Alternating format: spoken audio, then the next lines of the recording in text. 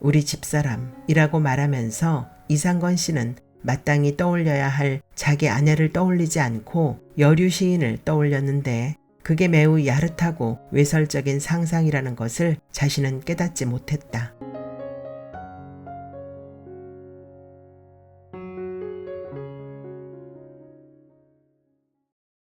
웬 아이가 보았네. 권야선. 그곳은 예술인 마을이었지만 경찰도 살고 교사도 살고 실업자도 살았다. 물론 시인도 살고 영화감독도 살고 오래전에 딱 한 편의 소설을 쓰고 절필한 교수도 살았다. 예술인 마을이 막 형성되던 초창기에 집 장사를 시작했던 이상건 씨는 세 번째 집을 지어 팔고 난 후 집 장사를 그만두게 되었다.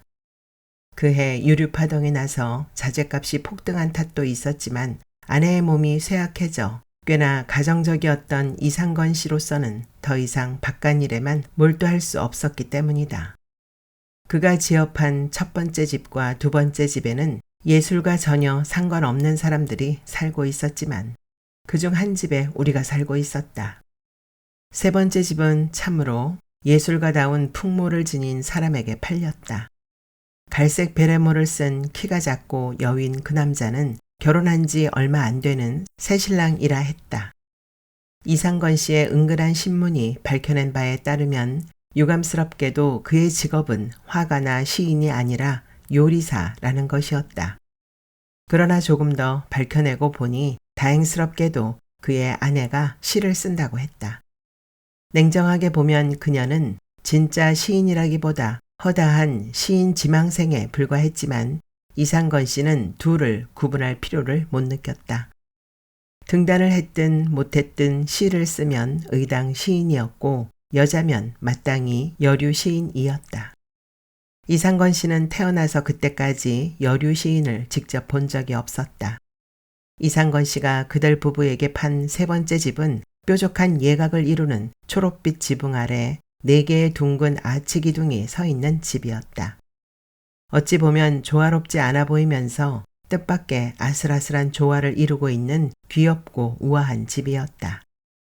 유럽식 별장을 닮았다고 하기엔 다소 무리가 있고 유럽식 별장을 모방해 만든 새장 같다는 느낌을 주는 집이었다. 마을 사람들은 그 집을 간단히 뾰족집이라 불렀다. 단연 지붕에 무게를 실어준 셈이었다. 뾰족집은 사실 이상건 씨가 팔기 위해 지은 집이 아니었다.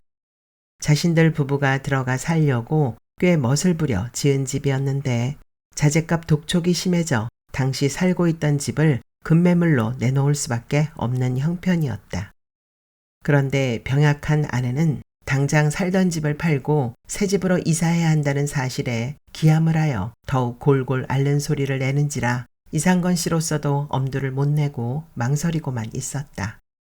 그러던 차에 새로 지은 뾰족집을 급매물로 잘못 알고 매수자를 물어온 중개업자가 한 치 앞도 못 내다볼 작금의 부동산 경기에서는 헌집이든 새집이든 사겠다는 사람이 나섰을 때 냉큼 파는 게 상수라고 이상건 씨를 정신없이 몰아붙였던 것이다.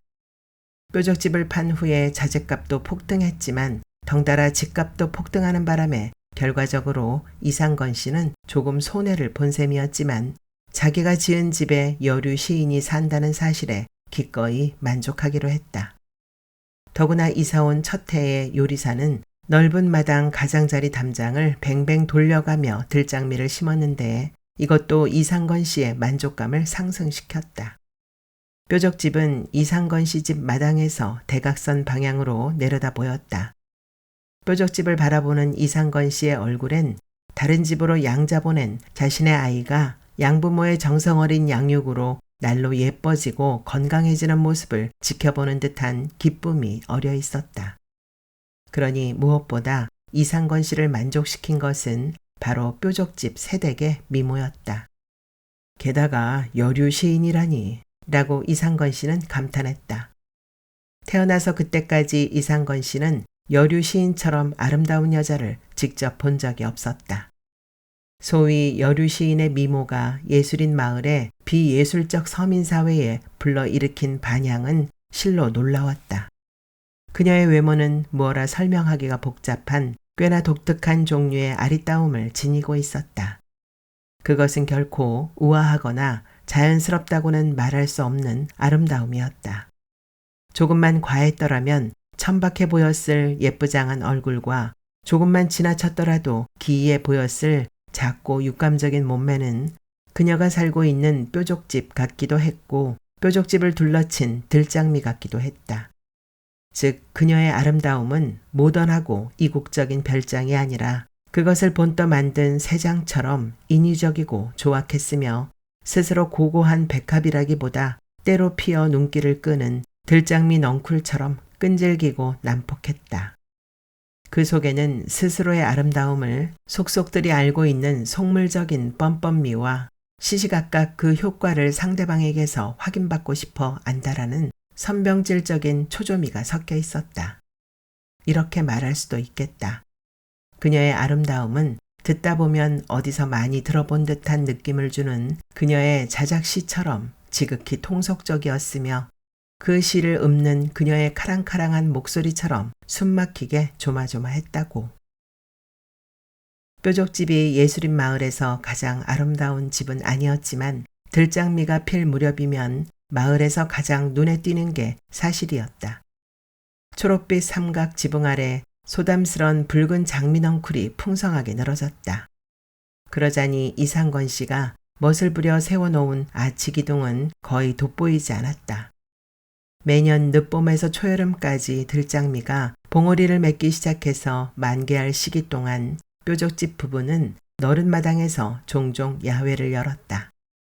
요리사가 직접 만든 요리를 내놓고 여류 시인이 자작시를 직접 낭송하는 그야말로 마을 이름에 걸맞은 예술적 야외였지만 아쉽게도 진짜배기 예술가들은 콧배기도 보이지 않았고 이상건 씨 부부와 몇몇 서민적인 이웃들만이 참석했다. 나의 어머니도 이상건 씨 부부를 따라 가끔 야외에 참석했는데 뾰족집 부부와 친해서라기보다 이상건 씨 부부와 친해서라는 투였다.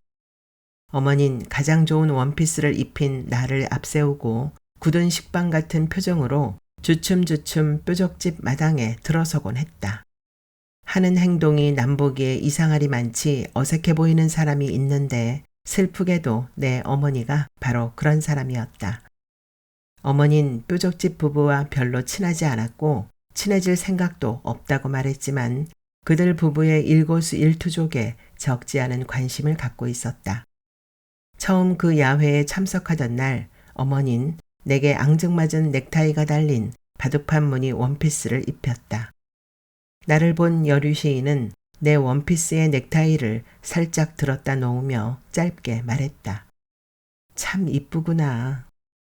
어머닌 그 말이 내 원피스에 대한 평인지 나에 대한 평인지 못 견디게 궁금한 나머지 이렇게 선수를 쳤다. 예쁘긴요. 비싸게 주고 산 것도 아닌데. 여류 시인은 어머니 말에는 아랑곳하지 않고 나를 몇 초 동안 유심히 살펴보더니 이윽고 만족한 듯이 웃으며 말했다. 넌 꼭 나를 줄여놓은 것 같아. 뱀의 매끄러움이 그러하듯 그녀의 웃음은 소름 끼치게 아름다웠다. 어머닌 최대한의 자제심을 발휘해 몸을 바르르 떨었는데 비록 그 떨림은 약했지만 안간힘을 다해 뭔가를 참고 있는 표정이 노골적이어서 자제하고 있다는 느낌을 주지는 못했다. 어머니는 기가 막히다는 듯 겨우 이렇게 말했다. 얜 저희 아버지를 닮았어요. 그래요? 바깥분을 꼭 한번 뵙고 싶네요. 다음엔 꼭 같이 오세요. 남편을 여류 시인에게 자랑하고 싶은 마음과 남편이 여류 시인에게 홀리지 않을까 두려운 마음 사이에서 어머니는 고통을 겪었지만 결국 자랑하고 싶은 과시욕이 이겼다. 다음 야회에 부부 동반으로 참석한 어머니의 판단은 크게 나쁜 결과를 가져오지는 않았다. 윤곽이 부드럽고 잘생겨 누구에게나 호감을 주는 외모를 가진 내 아버지는 남의 관심을 받는 데만 익숙했지 자신의 관심을 표현하는 데는 서툴기 짝이 없었다. 서툰 정도가 아니었다.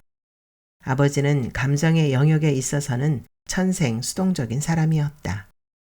뾰족집 야외에서 처음 여류 시인을 본 순간 아버지는 일찍이 경험한 적 없는 혼란에 빠진 듯 보였다.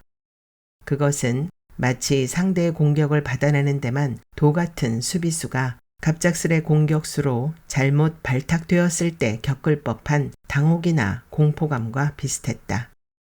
결국 아버지는 30분을 못 버티고 서둘러 뾰족집 마당을 가로질러 사라져버렸다.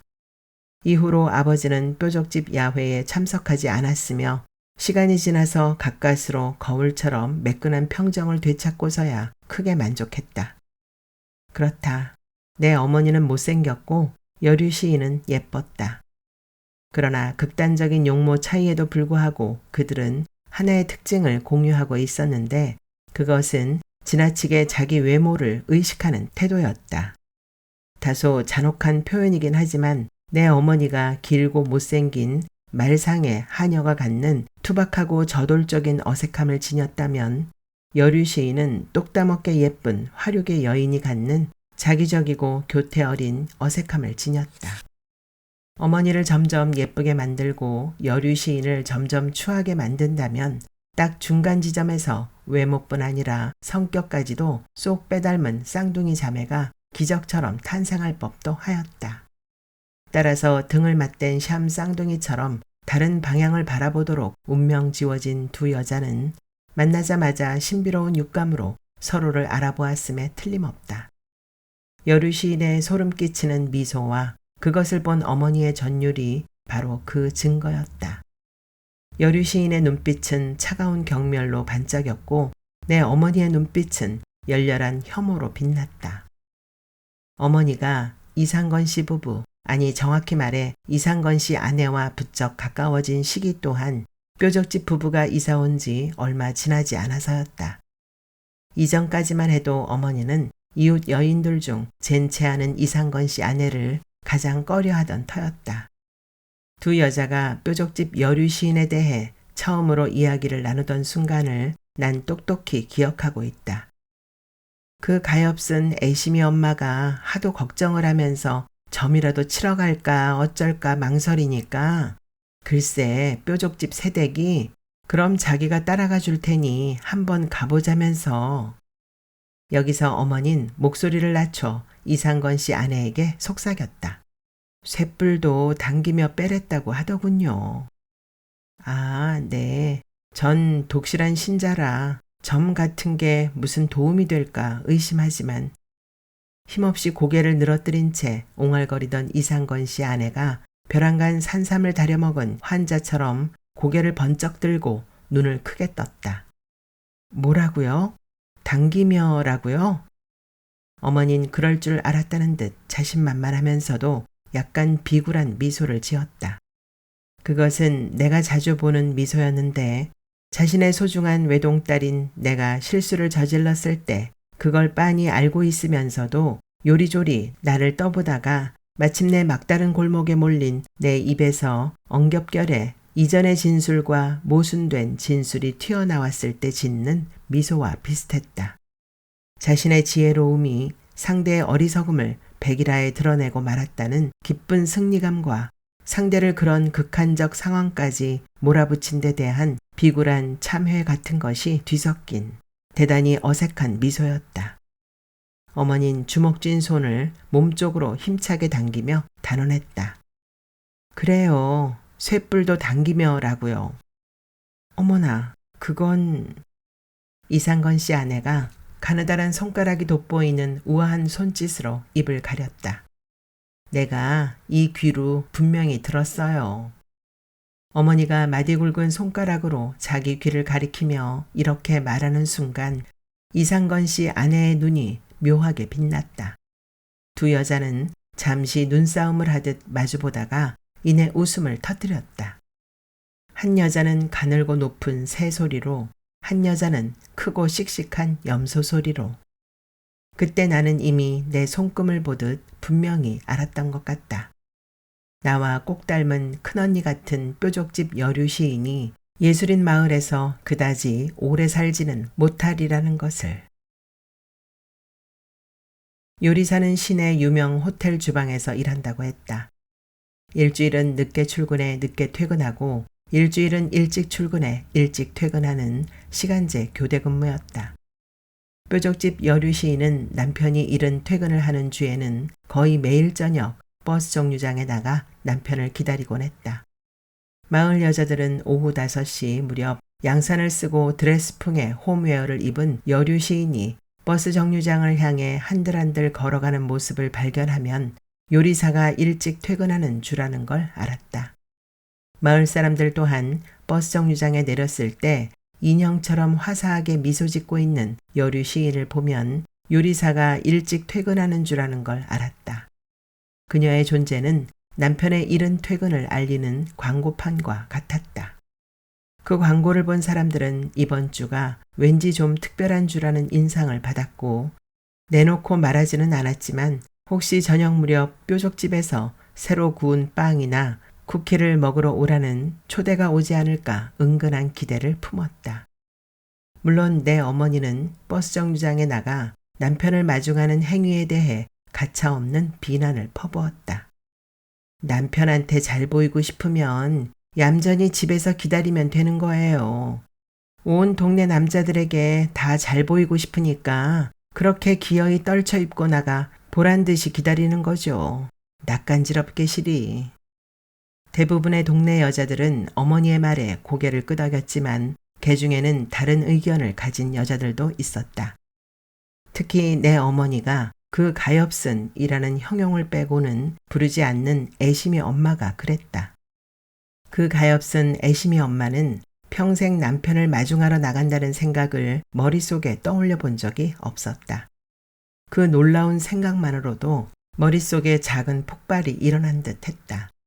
그래서 조만간 자기도 뾰족집 새댁을 따라 정류장에 나가볼까 궁리하던 차였으므로 내 어머니의 똑부러진 비난에 선뜻 동의할 수 없었다.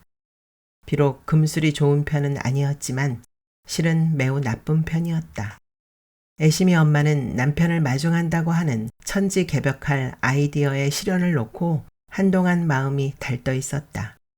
하지만 결국 애심이 엄마는 고심 끝에 포기했다. 그건 물론 내 어머니를 비롯한 몇몇 여인들의 비난이 무서워서가 아니라 여러 가지 현실적인 곤란함 때문이었다. 우선 귀가가 규칙적인 뾰족집 신랑과 달리 애심이 아버지는 툭하면 늦거나 외박을 일삼으니 언제 정류장에 나가 있어야 할지 몰랐다. 설령 애심이 아버지가 제 시간에 귀가하는 날이 있다 손 치더라도 뾰족집은 남편인 요리사가 퇴근해 직접 요리를 하니 그 새댁은 멋부리고 나가 마네킹처럼 서 있는 것 말고 달리 신경 쓸 일이 없었지만 애심이 엄마는 남편과 애심이의 저녁을 준비해야 했다. 그러나 누가 입방아를 찢든 죄다 물리칠 각오에다 남편의 귀가 시간을 어떻게든 알아내서 미리 저녁 준비를 해놓고 정류장에 나가볼 각오까지 다졌던 애심이 엄마는 도저히 극복할 수 없는 하나의 꺼림직한 이미지 때문에 결정적으로 남편 마중이라는 달콤한 유혹을 포기하고 말았다. 아무래도 그녀는 버스 정류장에 뾰족집 새댁과 나란히 서 있을 자신의 모양새에 도무지 자신이 서질 않았던 것이다. 외모의 격차도 중요했지만 무엇보다 그녀 자신이 정류장에 나가 있으면 뾰족집 새댁처럼 남편을 마중 나온 걸로 보이기는커녕 남편의 바람길을 참다 못해 딸년이고 살림이고 다 내팽개치고 집을 뛰쳐나가려는 아낙네 꼴로 보일 것이 분명했다. 내 어머닌 뾰족집 새댁이 이사온 후 언제부턴가 그 가엾은 애심이 엄마가 자신의 말에 찬성하지 않은 적이 많다는 것을 알고 있었다. 애심이 엄마뿐이 아니었다. 어머니의 말은 당장에는 이웃들에게 큰 이의 없이 받아들여지는 듯 했지만 시간이 흐를수록 점점 그 효과가 떨어졌고 나중에는 어머니가 그런 말을 했다는 사실조차 철저히 망각되곤 했다. 나는 이웃 여인들이 종종 어머니 앞에서 당신이 언제 그런 말을 했었냐는 식의 의혹에 찬 표정을 감추지 못하던 것을 기억한다.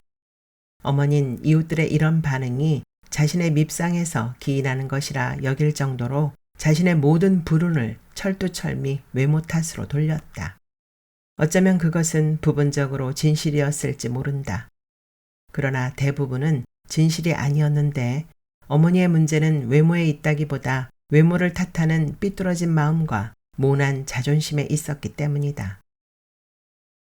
퍽이나 가정적이었던 이상건 씨가 요리사 부부가 이사온 2년 이래에 얼마나 변했는가 하면 아내가 몸이 좋지 않아 뾰족집 야회에 참석하지 못하겠다고 했을 때 매우 걱정스러운 얼굴로 그럼 당신은 집에서 쉬는 게 좋겠다며 혼자 외출을 하는 지경까지였다. 이런 일은 2년 전이라면 생각조차 할 수 없었다. 몸이 좋지 않아요. 오늘 뾰족집에는 못 가겠어요. 이상건 씨 아내가 이렇게 말했을 때 두 번째 문장의 주어가 우리라는 것, 즉 우리가 오늘 뾰족집에 못 간다 라는 의미라는 것은 2년 전까지만 해도 그들 부부에게 자명했던 것이다. 물론 2년이 지난 후에도 이상건 씨 아내는 남편이 그런 뜻으로 받아들일 줄 알고 한 말이었건만 2년 동안 스스로 의식하지 못한 채 서서히 변해버린 이상건 씨는 아내의 말을 그녀 혼자만 못 가겠다는 식으로 축자적인 해석을 해버렸다.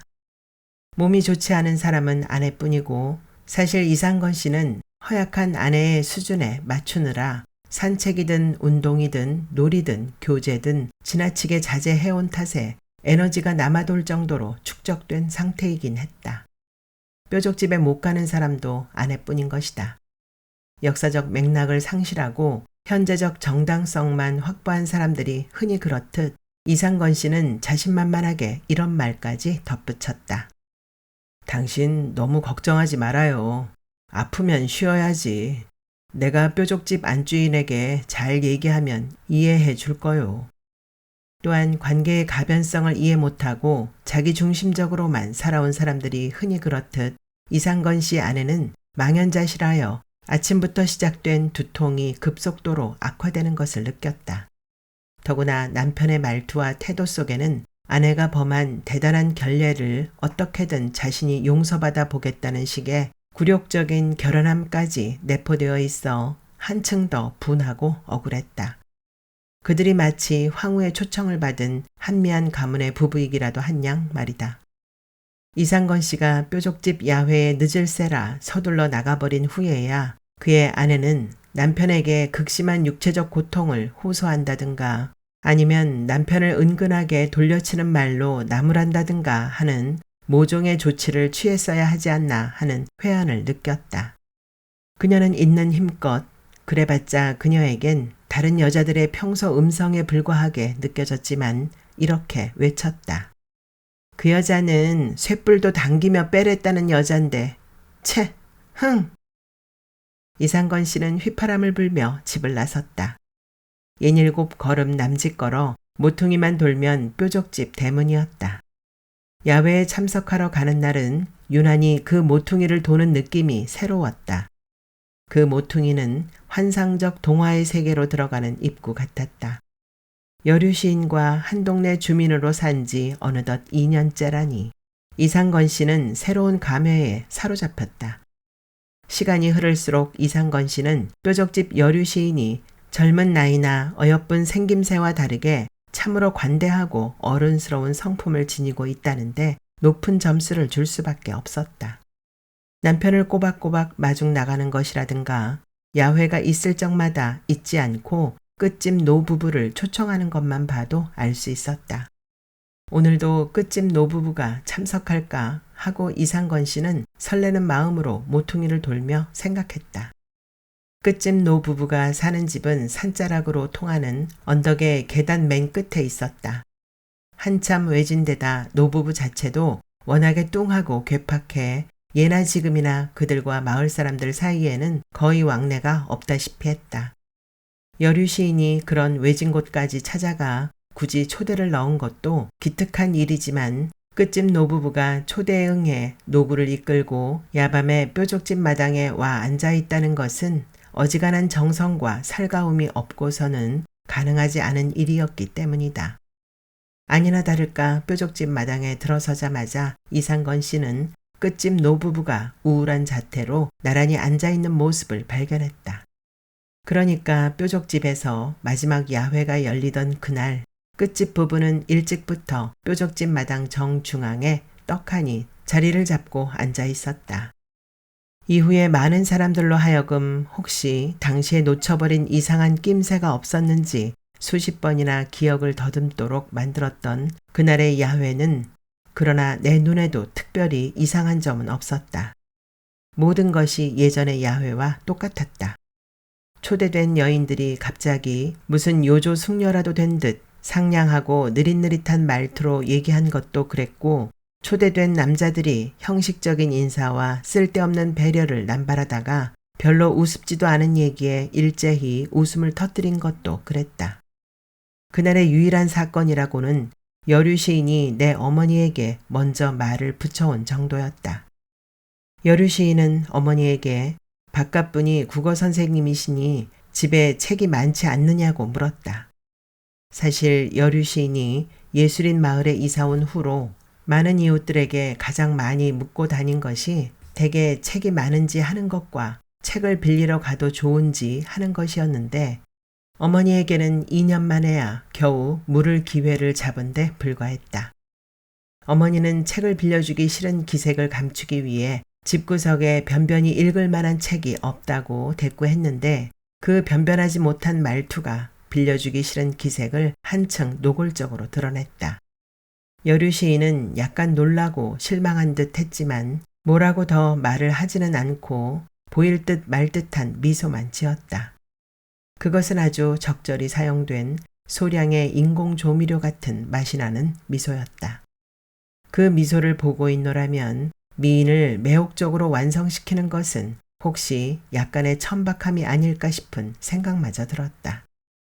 그날 요리사는 굵은 밀가루 타레를 따놓은 듯한 독일식 버터빵과 푹신한 카스테라를 내놓았고, 여류 시인은 해가 지고 꽃잎 지니 이내 맘도 지고 마네로 끝나는 새로 지은 자작시를 읊었다.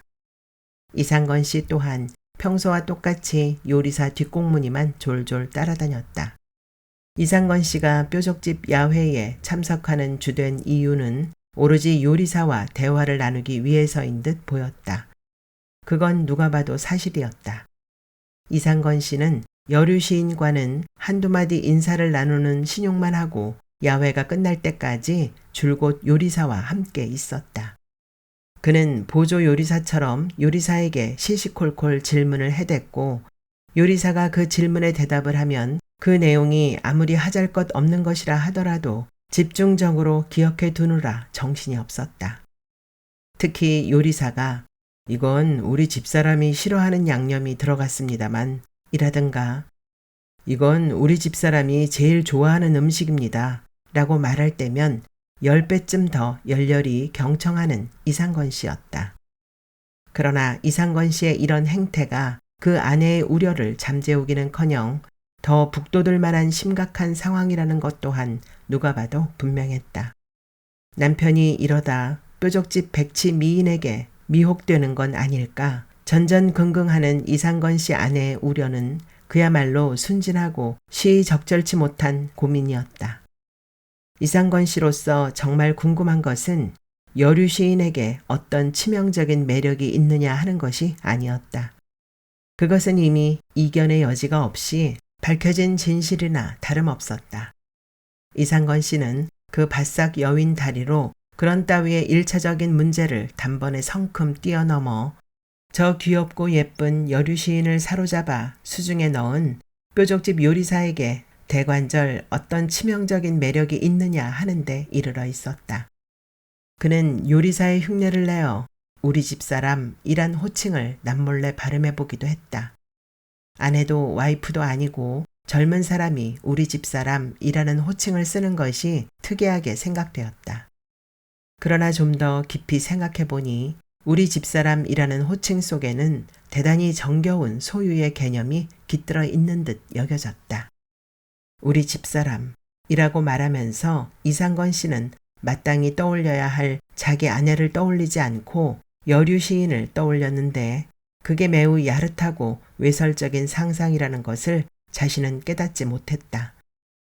이상건 씨 스스로는 자기가 그렇게 치명적인 상태에 빠져 있다고 생각하지 않았을 것이다.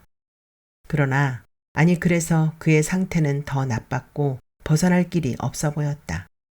끈끈한 거미줄에 걸린 줄 미처 알지 못하는 곤충이 바로 앞줄에 걸린 날파리 한 마리를 잡으려고 철없이 몸을 뒤채다 다리와 몸통이 서서히 결박되고 마는 그런 모양으로 야회 내내 요리사 주변만 맴도는 이상건 씨는 아주 작은 쾌락을 추구하고 있다고 생각하면서 아주 큰 자유를 잃어가고 있었다.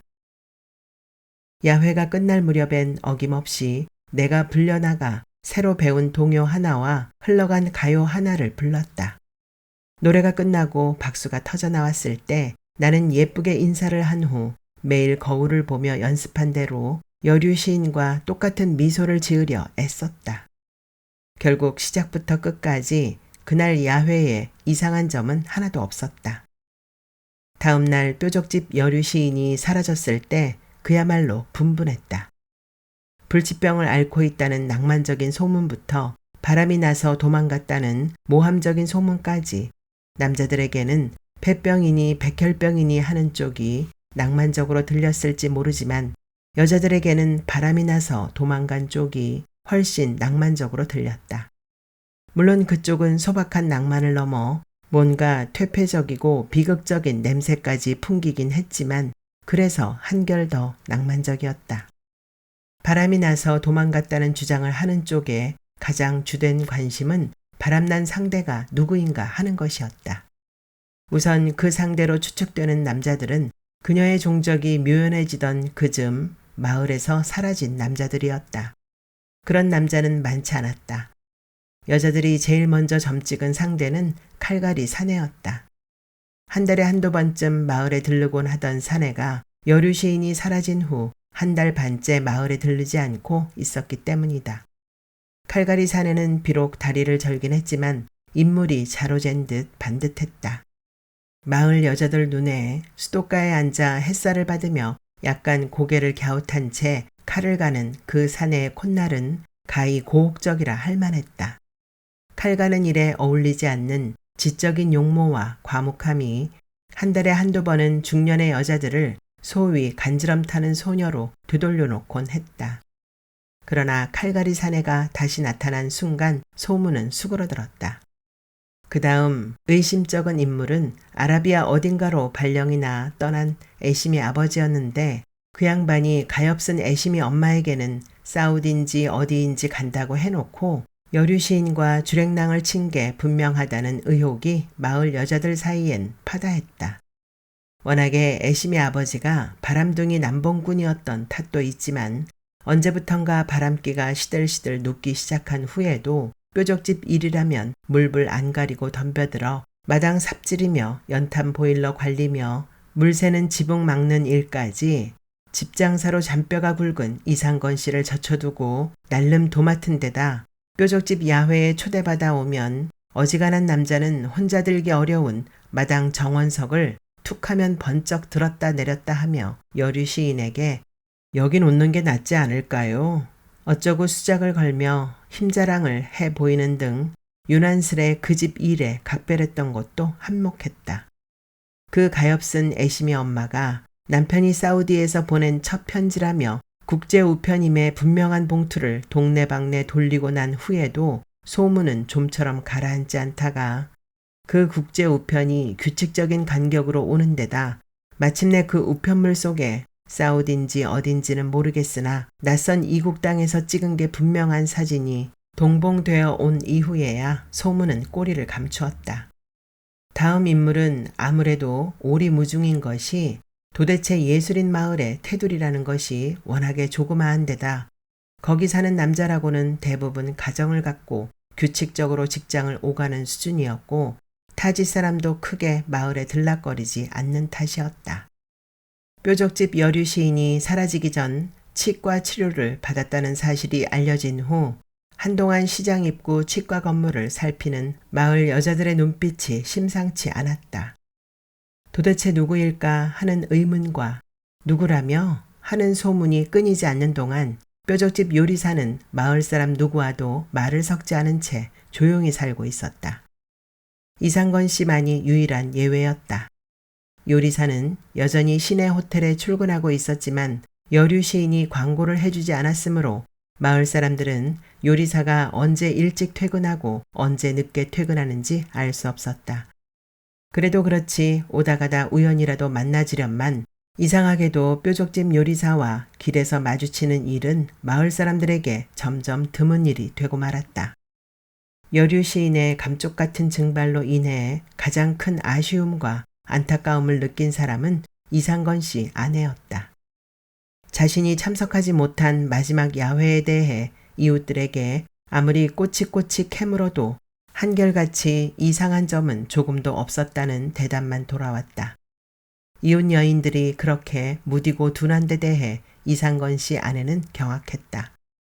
그녀는 자기같이 예민한 신경의 소유자가 마지막 야회에 참석했더라면 분명 여류 시인에게서 어떤 기밀을 알아냈으리라고 확신하고 있었다. 내 어머니조차도 이상건 씨 아내의 이런 독불장군식 믿음 앞에 두 손을 들고 말았다. 어머닌 깍두기를 버무리다가도 고개를 갸웃거리며 혼자 중얼거리곤 했다. 아니, 그게 말이지. 그날 밤에 떠날 여자가 분명히 우리 집에 책을 빌리러 와도 되냐고 물었거든. 그때까지는 그럼 떠날 생각이 없었단 얘긴가? 그건 그렇고, 나도 모르겠는 걸 자기가 어떻게 알아낼 수 있었다고. 뾰족집 남자 일이나 제대로 알아낼 것이지. 여류 시인에 대한 소문만큼 치열하고 집요한 것은 그녀의 남편인 요리사의 근황에 대한 관심이었다. 뾰족집에 살고 있는 것은 분명한데 중요한 건 대관절 어떻게 살고 있느냐 하는 것이었다. 그래, 뾰족집 남자는 어쩌고 있대요. 그냥 저러고 있으면 어쩐대요. 모든 마을 여자들과 마찬가지로 내 어머니도 이상건 씨 아내를 만나면 이렇게 묻곤 했지만 그럴 때마다 이상건 씨 아내는 가녀린 목을 신경질적으로 흔들며 한숨을 쉬었다. 아, 몰라요, 나도. 이상건 씨 아내라고 해서 뾰족집 요리사 사정이 궁금하지 않은 건 아니었다. 그러나 유일하게 그 집을 드나드는 남편이 입을 꾹 다물고 있으니 어쩔 도리가 없었다. 조금이라도 궁금한 기색을 내비치면 이상건 씨는 미간을 찌푸리며 이렇게 말했다. 도대체 무슨 얘기를 듣고 싶어서 그래요? 사람들이 말이야, 왜들 그렇게 야박해요? 그 속이 어떨지 내가 다 아는데 뭘 묻고 자시고 하겠소? 그 양반 잘 있어요. 잘 있어. 걱정 말라고들 해요. 이상건 씨 아내는 왠지 남편에게 타박을 당한, 아니 소박을 당한 느낌이 들어 서운하기 그지 없었지만 뭐라고 대꾸할 말을 찾지 못했다. 그래서 마침내는 새댁에 대한 진실을 폭로할 결심이 들었다. 여보, 그 새댁은 글쎄 쇳불도 당김에 빼랬다는 말을 쇳불도 당기며 빼랬다고 했다잖아요. 이상건 씨는 처음엔 그게 무슨 뜻인지 몰라 어리둥절했다. 이상건 씨의 아내는 너무 고소하게 이웃에 험담을 한다는 느낌을 주지 않으려고 낮고 담담한 목소리로 단기매와 당기며의 차이를 또박또박 발음해 주었다.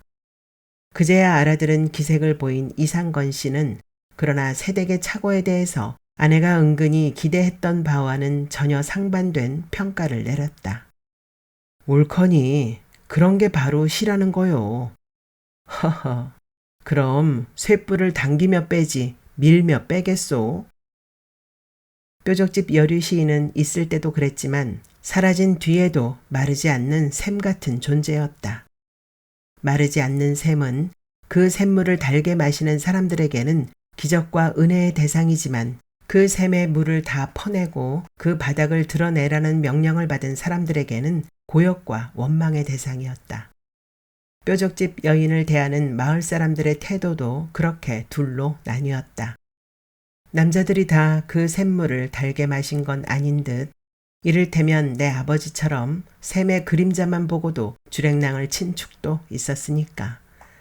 여자들이라고 해서 모두 그 샘의 물을 퍼내겠다고 달려들지도 않았다.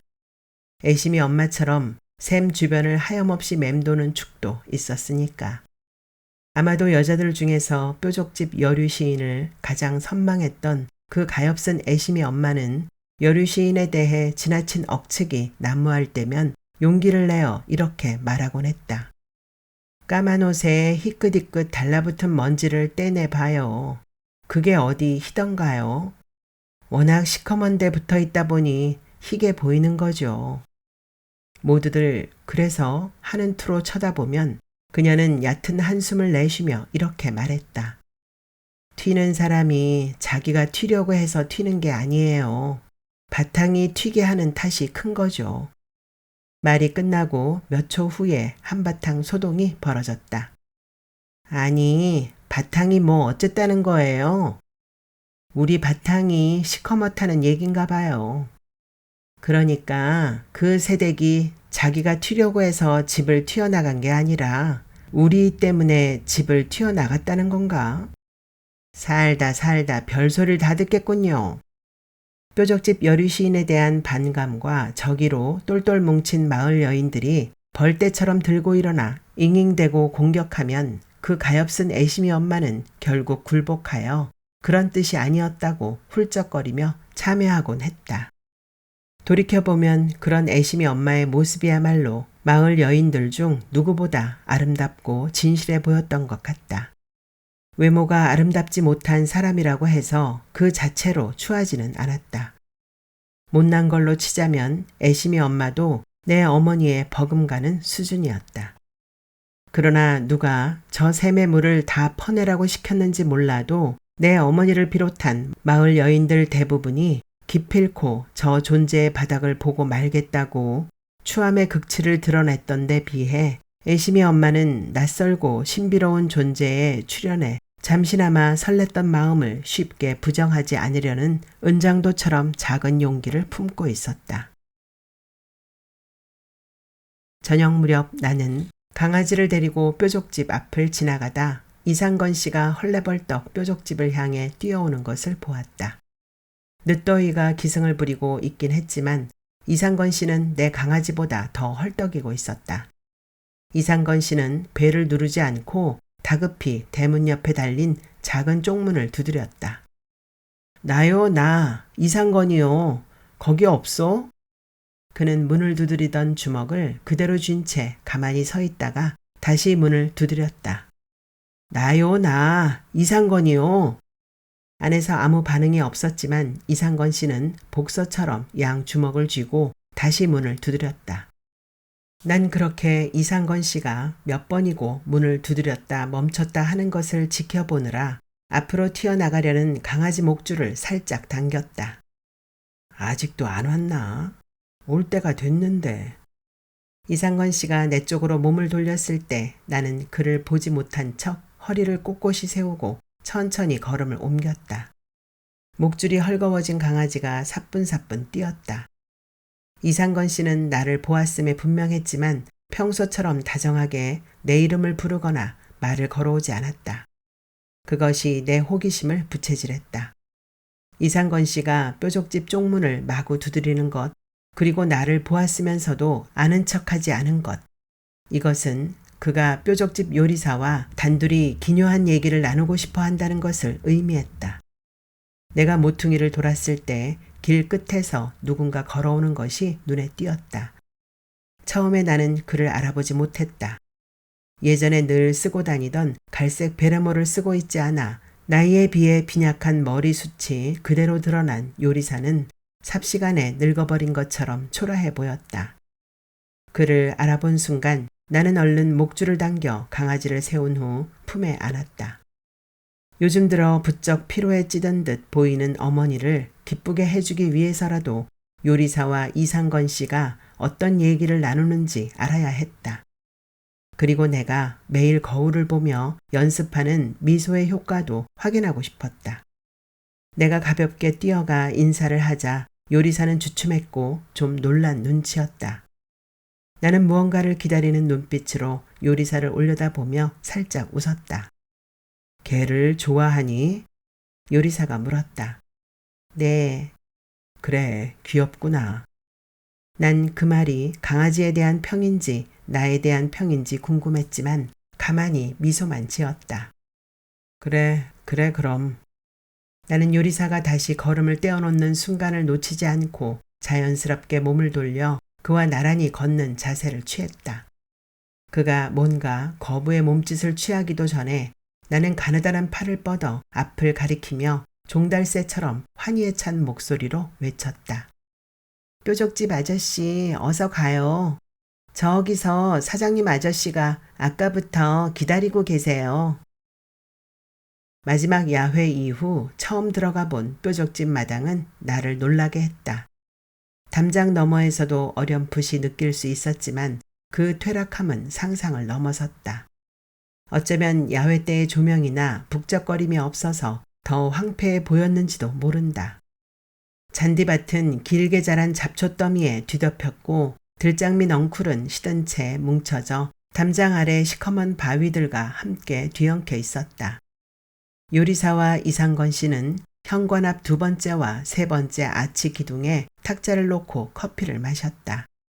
윗동네 사람들이나 지나가는 사람들의 눈을 피하기 위해 늘 그 자리에 앉아 대화를 나누는 것 같았다. 나는 내 몫의 쿠키 접시를 들고 잔디밭 앞턱에 쪼그리고 앉아 강아지와 놀았다. 어젯밤에 안절부절 못하던 이상건 씨가 드디어 말을 꺼냈다. 왜 그냥 그렇게. 이상건 씨가 우물쭈물 더 말할까 말까 망설이는데 요리사가 입을 열었다. 보셨습니까? 볼래서 본 건 아니고 잠이 안 와서 잠깐 마당에 나왔다가. 네, 그러셨군요. 그래도 얘기는 들어봐야지. 왜 그냥 그렇게. 아무 얘기도 듣고 싶지 않았습니다. 그렇죠. 괘씸하죠. 그래도 내 생각엔. 사장님, 저는 그 사람이 언젠가는 떠날 줄 알았습니다. 두 남자는 잠시 동안 묵묵히 커피를 마셨다. 이번에도 역시 참을성 없는 이상건 씨가 먼저 말을 꺼냈다. 꽤 한참 있습디다. 그건 그가 꽤 한참 지켜보았다는 얘기였다. 네. 뭐 아주 나빠 보이진 않던데. 그냥 느낌이 말이요. 고생을 많이 한 것 같진 않더라고. 네. 그래도 왔었다는 게 중요하지 않아요? 그렇습니까, 사장님? 그렇죠. 그래도 한 번은 왔지 않습니까? 난 그게 상당히 중요하다고 봐요. 나는 여류 시인이 열리지 않는 뾰족집 대문 앞에서 한참 동안 서성이는 모습을 그려보았다. 아주 나빠 보이지도 않고 고생을 많이 한 것 같지도 않은 그녀. 내 상상 속에서 그녀는 결코 고개를 숙이고 있지 않았다. 그것은 왠지 남편의 용서를 기다리는 아내의 자세라기보다 달밤의 정취에 흠뻑 취한 여류 시인의 포즈에 가깝게 생각되었다. 한참 만에 요리사가 입을 열었다. 사장님. 예. 이상건 씨가 반갑게 대꾸했다. 제가 결혼 전에 그 사람에게 한글을 가르쳤습니다. 그래요? 이상건 씨는 좀 놀란 듯 했다. 그 사람 배운 건 없는데 똑똑합니다. 머리가 잘 돕니다. 글 떼자마자 바로 시를 쓸 줄 누가 알았겠습니까? 그래요? 이번엔 더 놀란 기색이었다. 한문도 좀 가르쳤는데 제가 모자라서 많이는 못 가르쳤습니다. 간단한 한자를 읽고 쓰는 정도까지 맞춰주었습니다.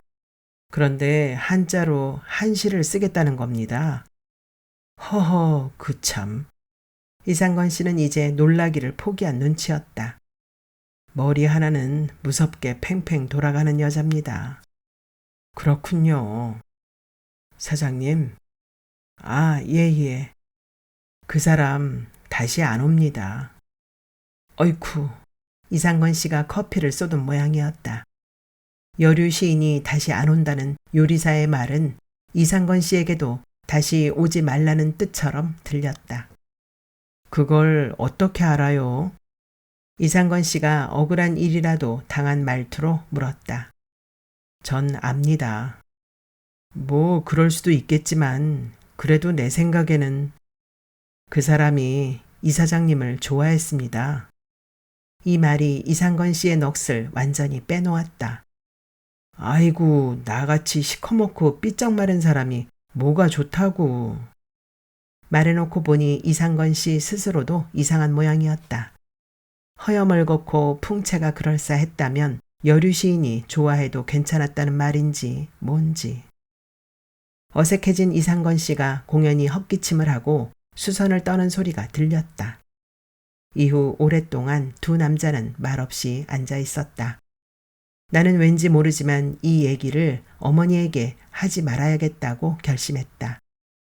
강아지는 내 품에서 잠들었다. 이미 어둠이 내려 더는 아무것도 보이지 않고 아무 소리도 들리지 않았다.